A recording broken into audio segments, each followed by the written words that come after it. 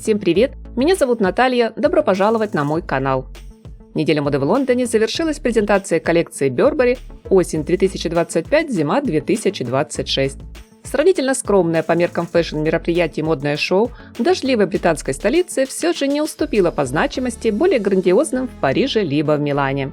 Показ новой линейки бренда неофициально назвали настоящим кинематографическим событием. Ведь в стенах Лондонского художественного музея, которые украсили шторы с пейзажем то ли холмов, то ли болот, собрались звезды мировой величины. Да и непосредственно в дефиле принимали участие именитые британские киноактеры, чья харизма задала тон всей коллекции. Они будто шагнули со съемочной площадки культового фильма на подиум. Блеснула на шоу Burberry и супермодель, легенда индустрии Наоми Кэмпбелл.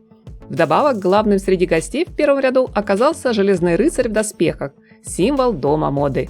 Перед соблазном сделать с ним совместное фото не устояла даже Анна Винтур.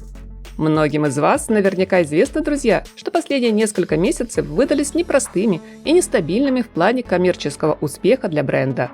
Чтобы удержаться на плаву и вернуть прошлую славу Burberry, руководство компании поставило перед креативным директором задачу возродить утраченные традиции, в первую очередь сделать упор на верхнюю одежду, а по итогу представить публике функциональный, комфортный, соответствующий холодному сезону и, как нынче принято говорить, носибельный гардероб со всеми признаками скрытой роскоши. Что получилось из этой затеи, мы сегодня видим на подиуме. Хочу отдельно отметить, накануне презентации совместной линейки мужских и женских образов в сети появился рекламный видеоролик, в котором топ-модель спасается от проливного лондонского дождя в объятиях железного рыцаря. В тренче Burberry, конечно же, но не в простом, классическом из хлопка, а в современном стиле аутдор из технологической ткани. Однако в коллекции приоритет все же получили плащи из кожи, хотя тренчи из синтетических материалов с узорами-вензелями в духе викторианской эпохи и с летящей длинной бахромой, отсылающей к мотивам боха, тоже смотрелись эффектно. Не меньше внимания заслужили пальто, добротные, теплые, из плотной шерсти либо меховые, с традиционной для бренда клеткой тартан, либо однотонные, в сдержанной цветовой гамме, основанной на природных оттенках. О палитре модного гардероба я бы сказала так: здесь осень встречается с зимой. Коллекция словно написанная художником картина-пейзаж, на которой мы видим приглушенные краски осенней листвы, покрывающие землю в ожидании первого снега. Глубокий серый, теплый коричневый, насыщенный зеленый, классический черный гармонично дополняют неяркие всплески красного, бургунди, горчичного. Сегодня Дэниел Ли вновь объединяет в модных образах эстетику загородной Англии и динамику большого города, сочетает наследие дома с современными трендами. За вдохновением дизайнер обращается к воображаемому миру британской аристократии, в частности, к киноленте «Saltburn» с ее эксцентричными персонажами, роскошными старинными поместьями, богемными вечеринками и причудливой атмосферой. Так, в линейке на холодный сезон стеганые полупальто и юбки получили темные цветочные мотивы, напоминавшие антикварные обои.